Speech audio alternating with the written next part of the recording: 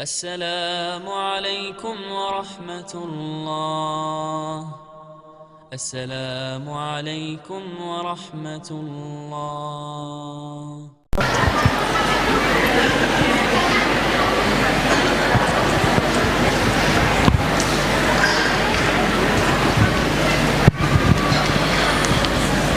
بسم الله الرحمن الرحيم.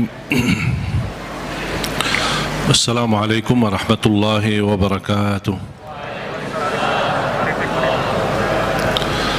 الحمد لله رب العالمين، وأشهد أن لا إله إلا الله وحده لا شريك له ولي الصالحين، وأشهد أن سيدنا ونبينا محمدا عبد الله ورسوله الصادق الأمين. اللهم صل وسلم وبارك على سيدنا محمد وعلى آله وصحبه ومن تبعهم بإحسان إلى يوم الدين. اللهم علمنا ما ينفعنا وانفعنا بما علمتنا وزدنا علما وتقى. Para jemaah sekalian yang dimuliakan Allah Subhanahu wa taala,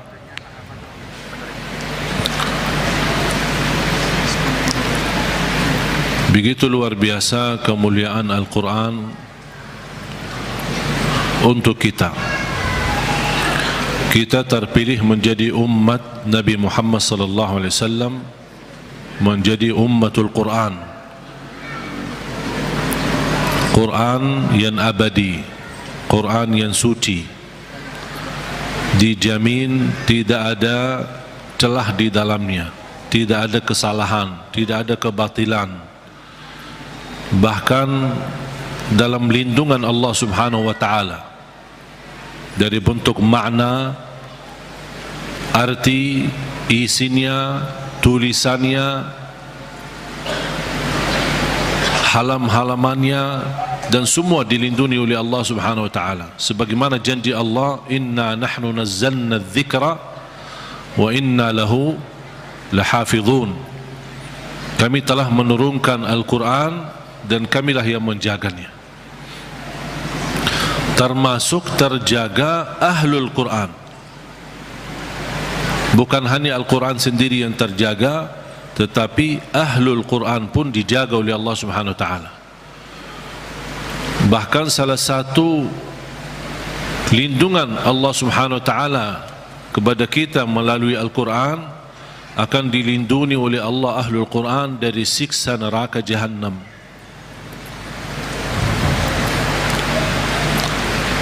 Artinya, kalau ada seorang ahlul Quran tapi masih berlaku dosa maksiat,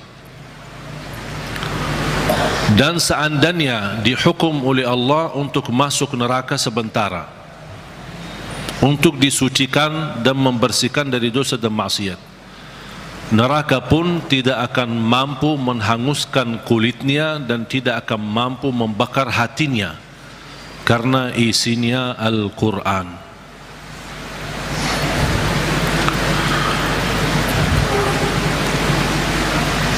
Banyak kelebihan Al-Quran untuk kita.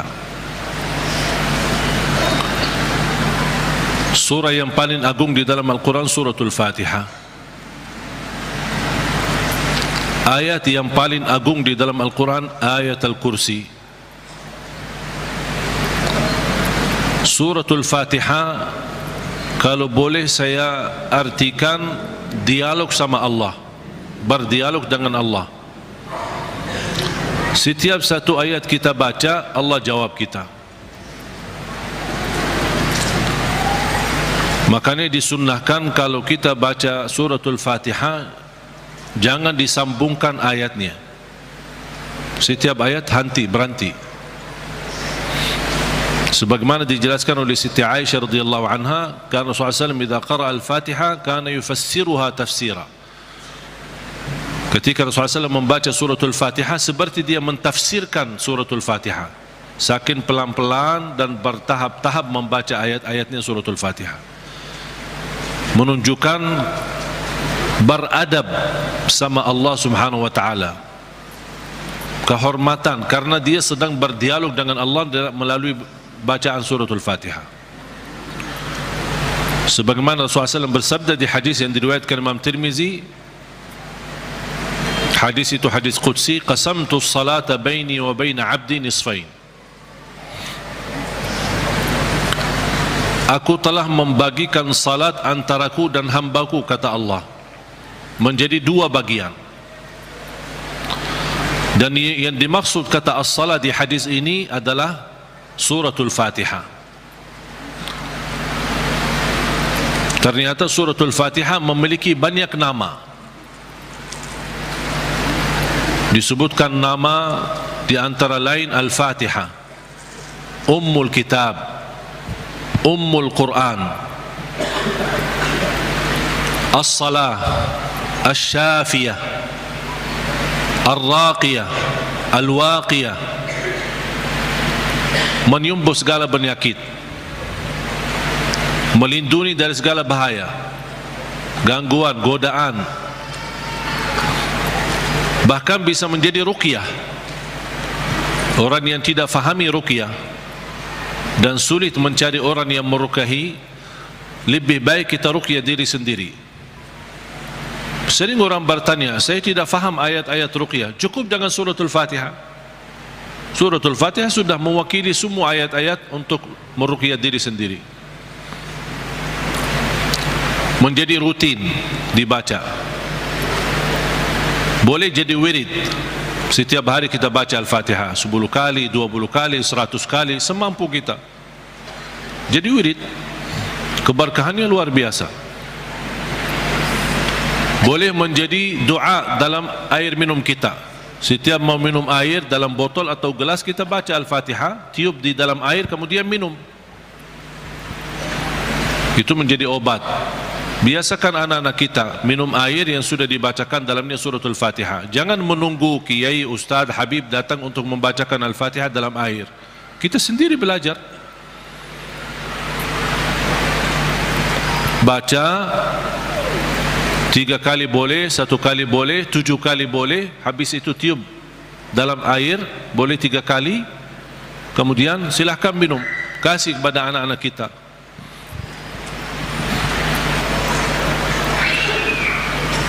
Al-Fatihah sebagai obat menyembuhkan penyakit kita. Ada yang merasa gesak di hati, merasa stres kepalanya, boleh taruh tangan yang kanan di atas kepala dan baca Al-Fatihah. Di atas dada kita baca Al-Fatihah. Itu sungguh subhanallah. Al-Quran sebenarnya seluruh Al-Quran, seluruh isi Al-Quran itu obat. Qul huwa lilladzina amanu hudan wa shifa.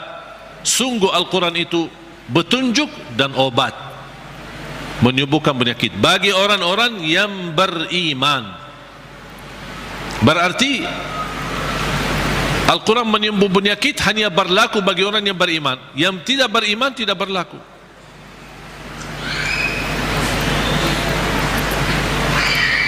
Dan banyak hadis yang menunjukkan Al-Fatihah itu sebagai ruqyah.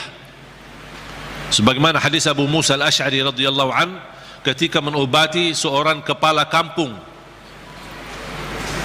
yang sambat sakit, kemudian dibacakan Al-Fatihah, kemudian faka'annama nashita min iqal, sampai dia sembuh seperti tidak pernah sakit sebelumnya.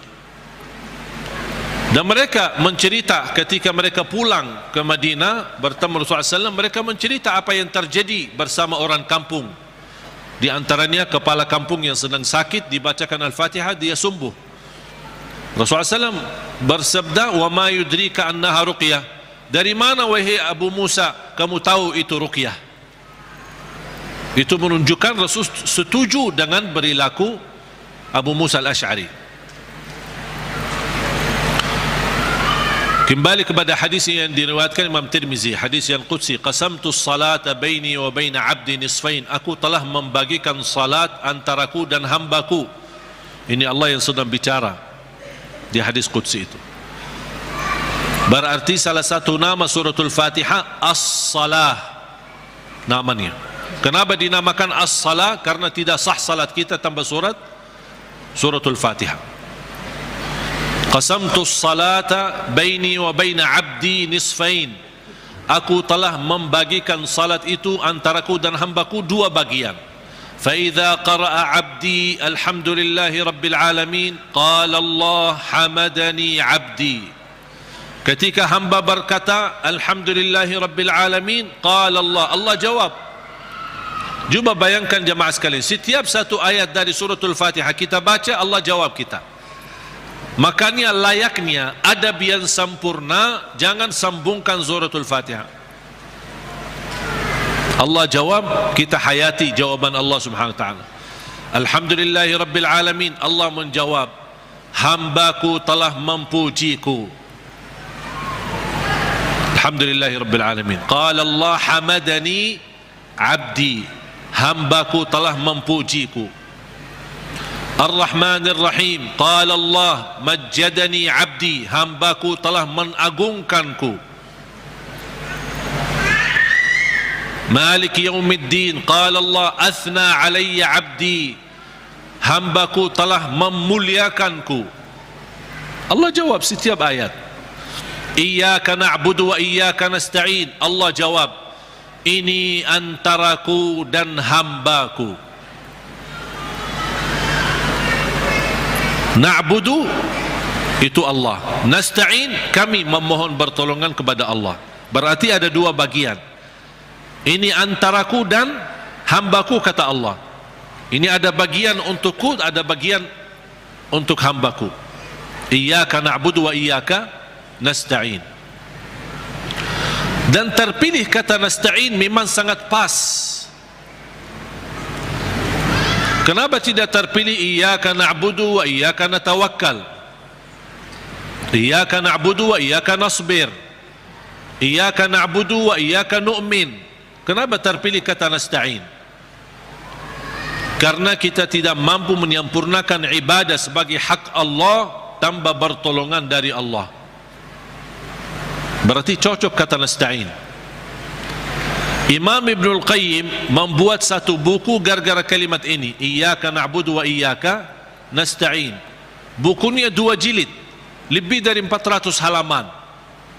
Hanya membahas Iyyaka na'budu wa iyyaka nasta'in, Madarijus Salikin fi manazili iyyaka na'budu wa iyyaka nasta'in. Sudah ada dalam bahasa Indonesia. Atau silahkan, kalau keberatan membeli bukunya mungkin mahal, bisa anda download di Google, Syekh Google. Buka nama bukunya Madarijus Salikin fi manazili iyyaka na'budu wa iyyaka nasta'in. Selain buku ini yang sangat bagus yang dimiliki oleh Imam Ibnul Qayyim, buku yang kedua adalah Zadul Ma'ad. Zadul Ma'ad. Kata guru saya, fantasnya dan layaknya setiap orang muslim menyimpan buku ini di samping tidurnya, di tempat tidurnya. Sebelum mau tidur, baca walaupun 1 halaman dari buku itu. Kenapa? Karena buku Zadul Ma'ad termasuk buku yang terbagus membahas ibadah-ibadah dan sehari-hari Nabi Muhammad. Dan kita bisa terapkan setiap hari. Ini baca amalannya apa, ini baca amalannya apa. Gimana tidurnya Rasul, gimana ibadahnya Rasul, gimana zikirnya Rasul, gimana makanannya Rasul, gimana perginya dan jalannya Rasul. Itu semua dibahas dalam buku itu, Zadul Ma'ad. Silahkan buka di Google juga. Banyak Syekh Google hebat itu, semua ada. Karya Imam Ibnul Qayyim. Kalau anda bisa beli 2 buku ini atau bisa download di internet, itu sangat bagus. Sudah ada dalam bahasa Indonesia. Iyyaka na'budu wa iyyaka nasta'in, qala Allah, ini antaraku dan hambaku, dan apapun yang hambaku minta aku berikan. Coba gimana jawaban Allah? Iyyaka na'budu wa iyyaka nasta'in, ini antaraku dan hambaku, apapun hambaku meminta aku berikan. Habis itu apa yang diminta oleh hamba? Minta apa? Ihdinas siratal mustaqim. tetap Allah masih jawab, ini untuk hambaku. Ihdinas siratal mustaqim, siratal ladzina an'amta alaihim. Allah jawab, ini untuk hambaku. Ghairil maghdubi alaihim waladdallin, ini untuk hambaku. Artinya Allah kabulkan doanya, karena ini doa. Makanya kita tutupi amin. Apa arti amin? Allahumma stajib, ya Allah mohon diterima. Itu makna amin. Mohon ya Allah, terima permohonan kami. Allah menjawab, ini untuk hambaku. Artinya Allah jawab dan kabulkan doa kita. Makanya ketika kita baca Al-Fatihah, kita merasakan berdialog dengan Allah. Dan suratul Fatihah, dua macam doa ada di dalamnya. Ada dua macam doa. Doa ibadah dan doa masalah. Bukan masalah ya. Masalah. Doa ibadah dan doa masalah. Apa beda doa ibadah sama doa masalah? Ini ada dua macam doa, dan dua-duanya ada di dalam suratul Fatihah. Doa ibadah yang isinya memuji Allah tanpa meminta. Doa ibadah memuji Allah tanpa meminta, tidak ada permintaan. Contoh, Alhamdulillahi Rabbil Alamin. Apa permintaannya? Tidak ada. Cuman artinya apa? Memuji Allah. Segala puji bagimu ya Allah.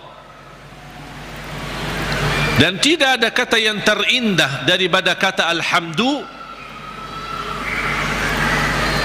karena Alhamdu sudah mewakili semua segala pujian. Artinya jamaah sekalian, kalau ada di antara kita yang tidak faham cara yang terbaik memuji Allah, tidak hafal kata-kata yang panjang dan indah, tidak hafal Asmaul Husna, aku ingin memuji Allah, cukup satu kata, Alhamdulillahi Rabbil Alamin, mewakili segala pujian. Makanya kata ini sangat luar biasa. Kalau diartikan dalam bahasa Arab, segala puji bagimu ya Allah, artinya semua pujian bagimu ya Allah, segalanya. Makanya disebut kata itu doa ibadah, karena isinya memuji Allah tapi tidak meminta, tidak meminta apa-apa. Doa yang kedua, doa masalah, yang isinya memohon sesuatu. Memohon sesuatu. Contoh, ihdinas siratal mustaqim. Itu kan ada permintaan. Makanya disebutkan doa masalah. Layaknya setiap kita berdoa diawali dengan doa ibadah, baru masuk kepada doa masalah. Itu adab, tata cara doa. Jangan langsung mau berdoa, ya Allah ampuni ya Allah. Puji dulu, karena Allah senang mendengar pujian hamba. Allah senang. Buat Allah senang dulu, baru minta. Dan itu sudah dibuktikan oleh suratul Fatihah. Makanya saya selalu berkata, bagi orang awam yang tidak bisa berdoa, tidak mampu doa, tidak hafal doa, atau tidak memfahami bagaimana bisa berdoa, dia cukup membaca Al-Fatihah mewakili semua doa. Karena isinya doa ibadah ada, memuji Allah tanpa meminta, dan juga ada isinya doa masalah. Boleh enggak saya baca Al-Fatihah supaya anak saya mendapatkan hidayah, supaya anak saya disembuhkan oleh Allah, supaya saya dapat jodoh, supaya saya diberikan kemudahan? Doa. Al-Fatihah mewakili semua doa bagi orang yang tidak faham doa atau tidak bisa berdoa. Jadi diawali doa kita dengan ibadah, atau doa ibadah yang isinya memuji tambah meminta, baru masuk ke tahap yang kedua, doa masalah, memohon kepada Allah SWT. Dan juga tolong jemaah sekalian perhatikan, habis dibacakan Al-Fatihah sampai iyyaka na'budu wa iyyaka nasta'in, belum meminta apa-apa.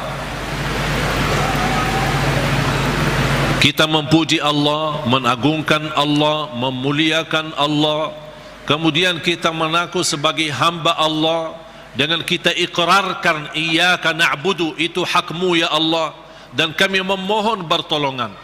Dan pertama permohonan bertolongan kepada Allah, dan yang terbaik pertolongan yang kita mohonkan kepada Allah adalah minta hidayah kepada jalan yang lurus. Jemaah sekalian, ayat Al-Fatihah disusun itu betul-betul rapi, tidak sembarangan kata-kata yang terpilih, termasuk meminta hidayah. Kalau kita dapat hidayah, segala urusan kita beres. Karena kata ihdinas siratal mustaqim bukan berarti kita memohon hidayah kepada jalan yang lurus dalam hal agama, itu tidak, bukan hanya itu saja.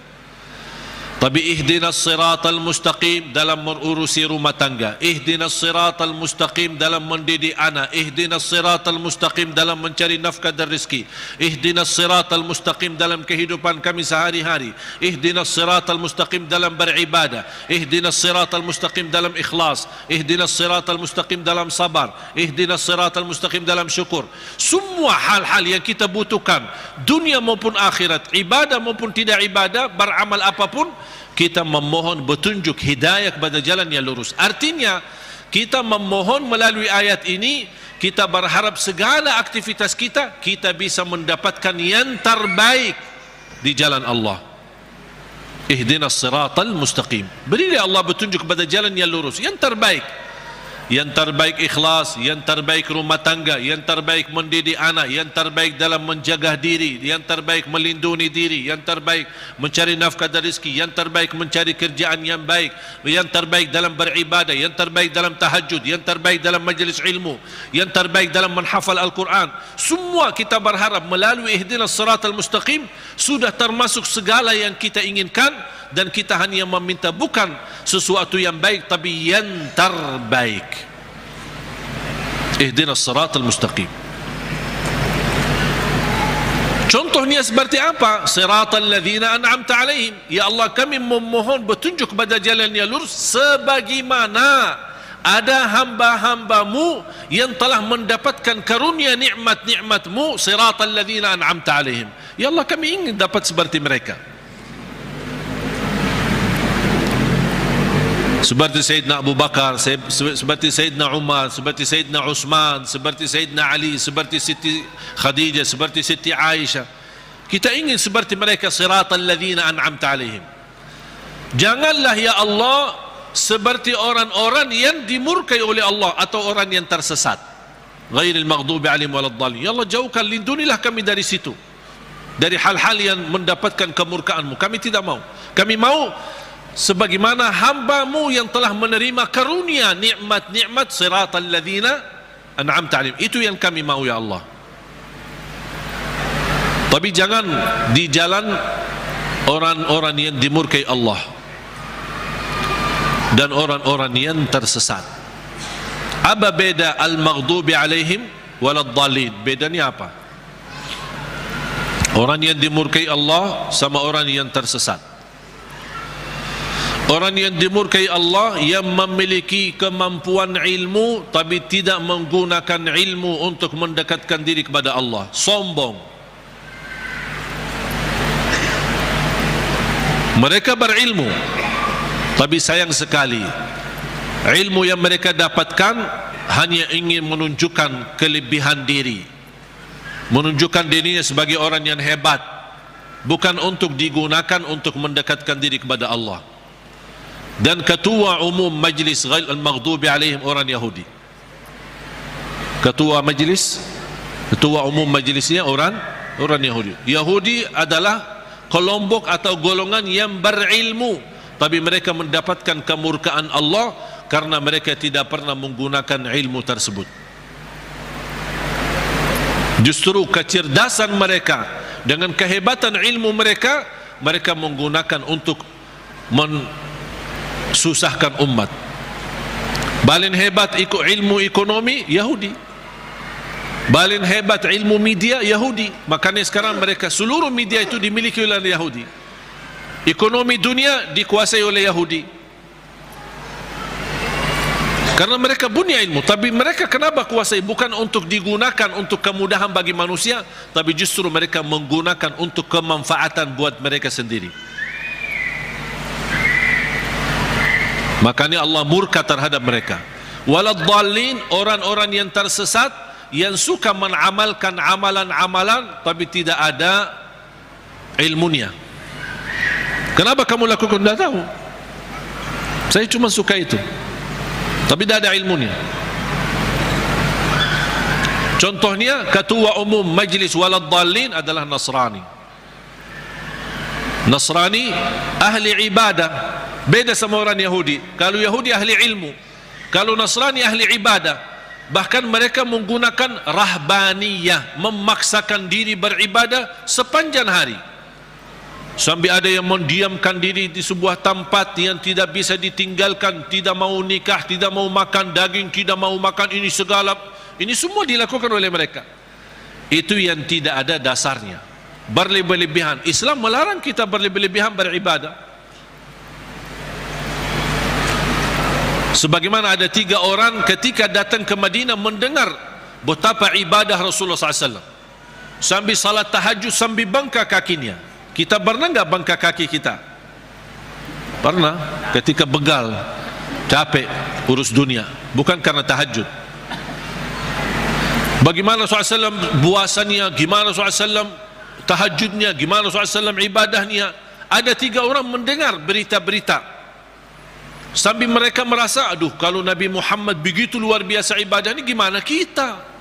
Sambil ada di antara mereka yang berkata, kalau memang begitu ibadah Rasulullah SAW, saya akan berpuasa, tidak akan buka. Artinya mau berpuasa setiap hari, sepanjang hayatnya, sepanjang hidupnya. Bukan tidak makan sama sekali, tetap makan, tapi maksudnya setiap hari mau puasa sampai mati. Yang satu lagi kata orang, saya akan tahajud, tidak akan tidur. Yang ketiga berkata, saya tidak akan nikah, karena dia merasa terhina, atau merasa dirinya rendah, atau merasa dirinya tidak ada artinya dibanding ibadah Rasulullah SAW. Kalau Rasul saja yang diampuni Allah begitu luar biasa hebat ibadahnya, aku merasa malu, ya udah saya tidak mau nikah. Mengapa? Agar saya kosongkan waktu saya untuk beribadah, mendekatkan diri kepada Allah. Ada di antara mereka yang di riwayat lain disebutkan, saya tidak mau makan daging. Berita ini, bercakapan mereka ini, berbicaraan mereka ini sampai ke telinga Rasul. Rasul naik mimbar. Ma balu aqwamin, menapa ada kaum atau berkataan seperti ini? Inni la atqakum lillah wa akhsyakum lah. Aku yang paling takwa kepada Allah dan paling takut kepada Allah. Aku tahajud dan tidur, aku puasa dan buka puasa, aku makan daging atau juga nikah. Rasul menceritakan ini semua tidak akan menghalangi kita kalau kita mau bersungguh-sungguh beribadah. Itu yang disebutkan kata rahbaniyah yang sering dilakukan oleh Nasrani. Makanya kita memohon petunjuk pada jalan yang lurus, tapi jangan sampai kepada jalan yang dimurkai Allah atau jalan yang tersesat. Kami tidak mau punya ilmu tapi tidak pernah gunakan ilmu untuk mendekatkan diri kepada Allah. Saya tidak mau juga beramal tanpa ilmu, karena saya khawatir nanti jadi orang yang tersesat. Amin. Allahumma terima. Ya Allah, mohon diterima.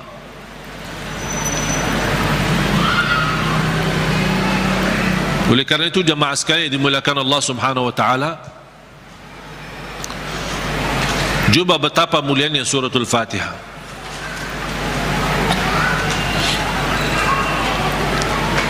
Saya hanya menyampaikan sejarah singkat. Saya belum membahas sejarah detail. Mulai dari Bismillahirrahmanirrahim, mulai dari Alhamdu, bagaimana, kenapa ada al, dan apa arti daripada al, kenapa terpilih Alhamdulillahirrabbilalamin menjadi ayat yang pertama. Ada juga berbeda pendapat Bismillahirrahmanirrahim adalah ayat yang pertama. Makanya kalau sebagian ulama menganggap Bismillahirrahmanirrahim ayat yang pertama, makanya dijahar dalam salatnya. Makanya kita perhatikan rata-rata Al-Quran itu selalu Bismillahirrahmanirrahim. Al-Fatihah ada ayat nomor 1. Dibandingkan Bismillah di surah yang lain tidak ada angka. Betul? Karena itu berbeda pendapat antara ulama. Apakah Bismillah itu salah satu ayat dari suratul Fatihah atau tidak?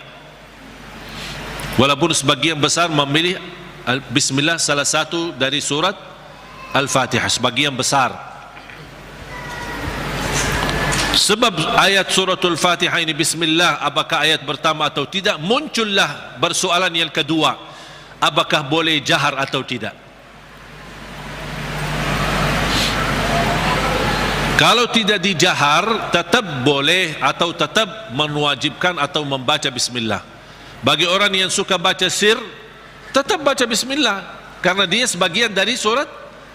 Jangan Allahu Akbar baca doa iftitah langsung Alhamdulillahirrabbilalamin. Mana Bismillahnya? Tetap dibacakan walaupun sir, tidak dijahar. Menurut saya bagi soal jahar atau sir tidak masalah. Keras suara atau tidak keras suara tidak masalah. Bagi saya tidak masalah. Dan saya selalu sesuaikan. Masjid yang suka keraskan suara dengan Bismillah, saya suka tanya kalau diminta jadi imam. Kalau jahar Bismillah, saya jahar. Kalau disirkan, tidak dikeraskan, saya tidak keraskan. Kunut subuh, kalau dia masih baki kunut subuh dan saya diminta jadi imam, saya baki kunut subuh. Kalau masih tidak baki kunut subuh, saya tidak baki kunut subuh. Saya tidak suka maksa. Tak, saya tidak mau kunut subuh. Kalau saya jadi imam, saya tidak mau kunut subuh. Kenapa? Ini bid'ah, ini sesat semua. Nah. Gampang, alhamdulillah, hal berbedaan tidak masalah. Yang saya paling suka masjid netral. Ketika saya masuk masjid, saya suka tanya ketika diminta jadi imam, karena mereka berharap mudah-mudahan ini. Padahal saya suka mundur, saya tidak mau jadi imam karena pensiun jadi imam. Tapi kadang-kadang jamaah mengharapkan, barangkali niatnya mengharap berkahnya, mengharap apalah gitu. Akhirnya saya harus turuti permintaan mereka. Tapi saya suka tanya, jahar Bismillah atau tidak, qunut subuh atau tidak, habis salat zikir atau tidak, doa atau tidak, bisa disesuaikan. Karena ini semua hal berbeda pendapat. Saya suka masjid netral. Ketika saya tanya, bebas. Mau jahar boleh, tidak jahar boleh, kunut boleh, tidak kunut boleh, bebas kami, tidak masalah. Kita ikuti imam, yang penting kita salat. Dan itu yang kita perlukan, masjid yang netral, tidak fanatik, supaya kita bisa bersama-sama.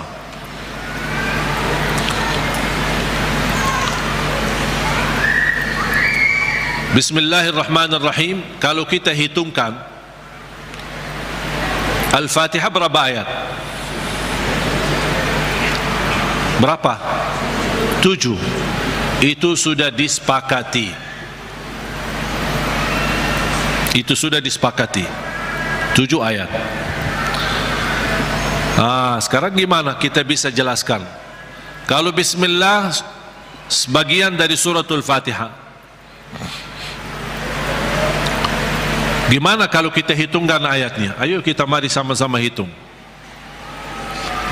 Bismillahirrahmanirrahim 1, Alhamdulillahirrabbilalamin 2, Ar-Rahmanirrahim 3, Maliki Yawmiddin 4, Iyyaka na'budu wa iyyaka nasta'in 5, Ihdinas siratal mustaqim 6. Berarti tinggal berapa? 1 ayat. Siratal ladzina an'amta 'alaihim ghairil maghdubi 'alaihim waladdallin. 1. Berarti jadi berapa? 7. Bagi ulama yang pendapat Bismillah tidak sebagian dari suratul Fatihah, tidak dihitung sebagian dari ayat suratul Fatihah, berarti ayo coba kita hitung. Kalau dikeluarkan Bismillah, mari kita hitung ayat pertama apa? Alhamdulillahirabbil alamin, 1. Terus Ar-Rahmanir Rahim, 2. Terus 3, 4, 5.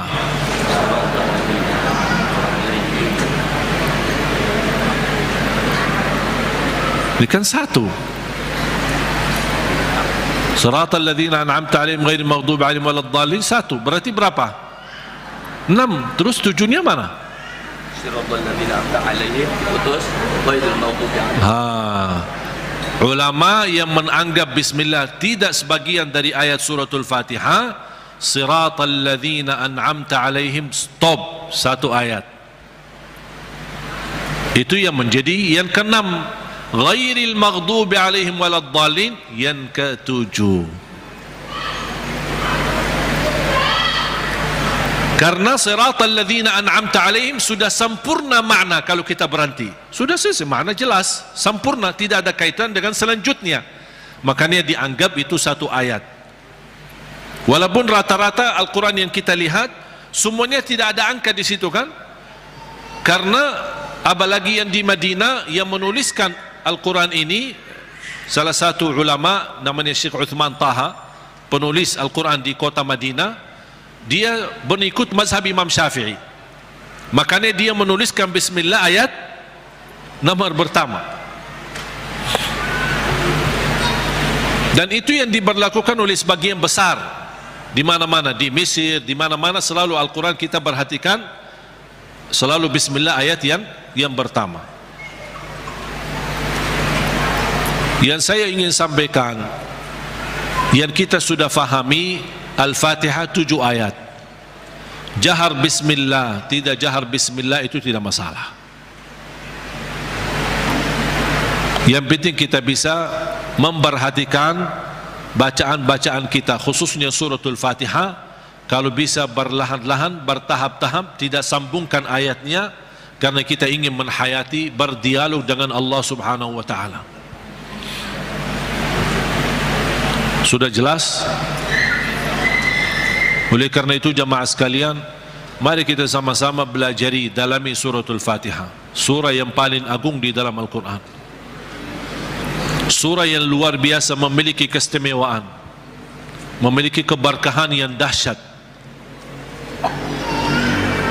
Jangan kita hanya membaca sampai 17 kali di dalam salat fardu tapi tidak merasakan sedikit apapun dalam hati kita. 17 kali itu minimal, tapi kita tidak merasa apa-apa, seperti ayat-ayat yang lain. Padahal suratul Fatihah ini kalau betul-betul kita bisa fahami dan belajari dan mendalaminya, wallahi bakal nangis saking agungnya dan indahnya suratul Fatihah. Cukup keindahan di dalamnya kita berdialog dengan Allah.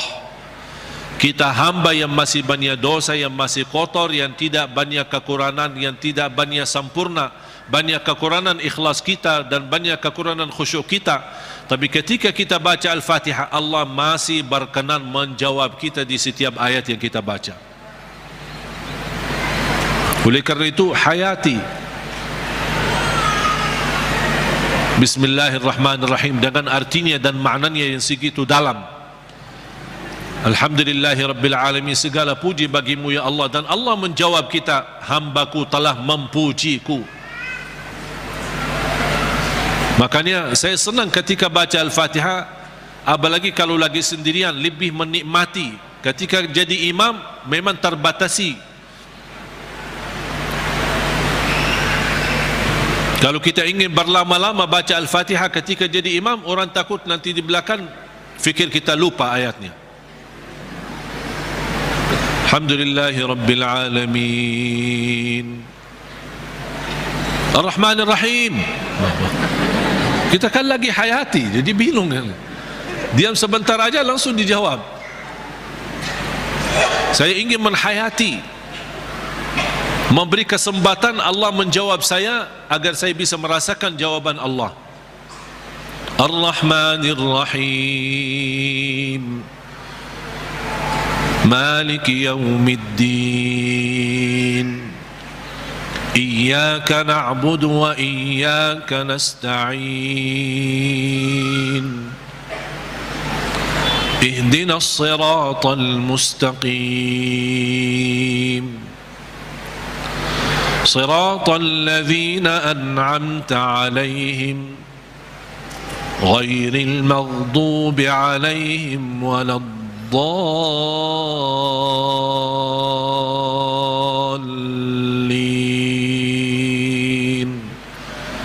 Amin. Amin sama seperti baca Yasin. Gimana baca Yasin? Yasin.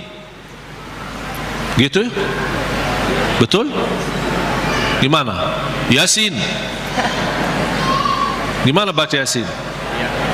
Yasin. Amin. Kita sering waladdallin. Amin. Apalagi anak-anak. Amin. Yasin. Sebagaimana dijelaskan oleh Imam Ibn Kathir rahimahullah dalam tafsirnya. Mudah-mudahan pertemuan ini kita kupas walaupun sedikit dari suratul Fatihah.